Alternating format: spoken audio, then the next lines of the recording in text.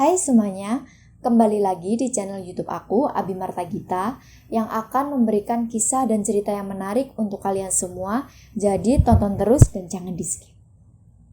Di video kali ini, aku akan membahas tentang beberapa pembunuhan yang bisa dibilang sangat sadis yang pernah terjadi di Indonesia.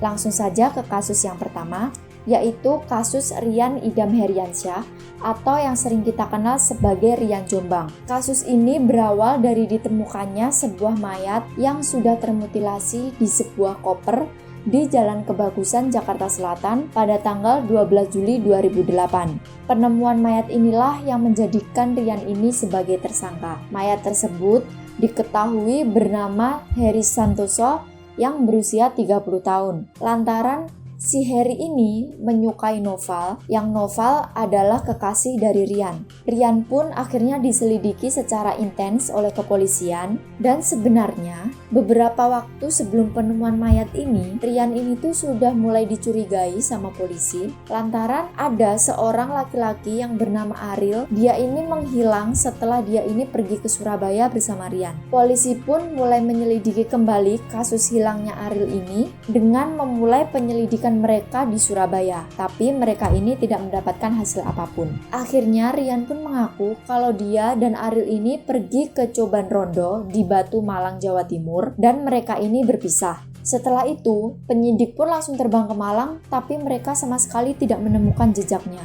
Akhirnya Rian ini pun dibawa ke Surabaya, dan ketika di Surabaya ini, Rian ini mengaku kalau Ariel ini sempat diajak ke rumah orang tuanya yang ada di Jombang. Langsunglah polisi ini mengajak Rian langsung ke rumahnya, dan tak berselang lama, Rian ini pun mengaku di mana saja tempat dia mengubur mayat-mayat korbannya yang ada di halaman belakang rumahnya. Dan sangat mengejutkan, di halaman rumah Rian ini ditemukan ada 10 jasad mayat yang sudah termutilasi, dan salah satu di antara mayat ini adalah mayat seorang anak perempuan yang masih berumur 3 tahun. Dan akhirnya Rian ini pun divonis hukuman mati pada tahun 2008. Kasus yang kedua yaitu kasus Ahmad Suraji atau sering dikenal sebagai Dukun AS. Ahmad Suraji ini telah membunuh sebanyak 42 orang gadis muda, dan pria berprofesi sebagai dukun ini meyakini jika ia membunuh sebanyak 70 orang dan meminum air liur dari mayatnya, itu akan memperdalam ilmu hitamnya. Hal ini sudah diajarkan oleh ayahnya sejak Suraji ini masih berumur 12 tahun.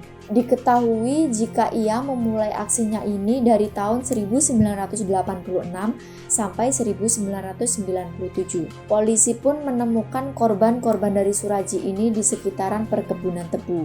Akhirnya, Suraji ini pun dijatuhi hukuman mati pada tahun 2008 dan ia juga masuk ke dalam daftar pembunuh berantai dunia.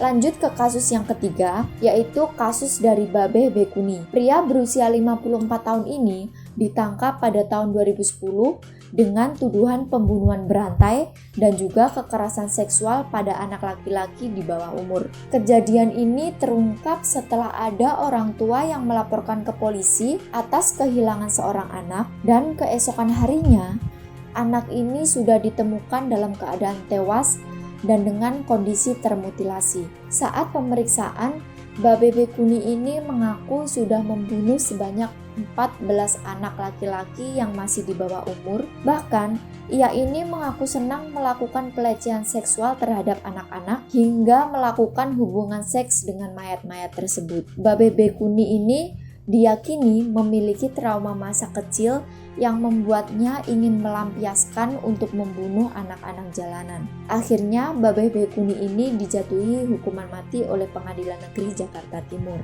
Kasus yang terakhir yaitu kasus Siswanto atau Robert Gedek. Kalau menurutku ini adalah pembunuh yang paling gila sih, karena Siswanto ini tega membunuh anak laki-laki yang masih berusia antara 9 sampai 15 tahun. Ia juga melakukan kekerasan seksual, dan cara membunuhnya ini bisa dikatakan sangat kejam dengan cara dia membelah perut korban sampai terbuka, meminum darah korban, dan memutilasi mayatnya untuk menghilangkan barang bukti. Tapi dari pemeriksaan, Dia ini sangat menikmati aksinya dan ternyata kekejaman Siswanto ini nggak sampai di situ. Dia ini kadang juga menyimpan beberapa potong tubuh dari korban dan menyimpannya sebagai kenang-kenangan. Gila nggak sih? Hal ini dilakukan Siswanto pada tahun 1994 dan korban terakhir ditemukan pada tahun 1996. Namun akhirnya Siswanto ini pun meninggal pada tahun 2007 di Nusa Kambangan karena mengalami serangan jantung.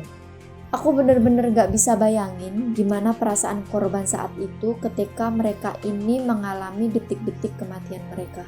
Dan kalian juga bisa bayangin gak sih kalau mereka ini masih bebas dan masih berkeliaran di sekitar kita? Dan menurut kalian, para pembunuh ini bisa dikatakan sebagai orang yang mengalami psikopat gak sih?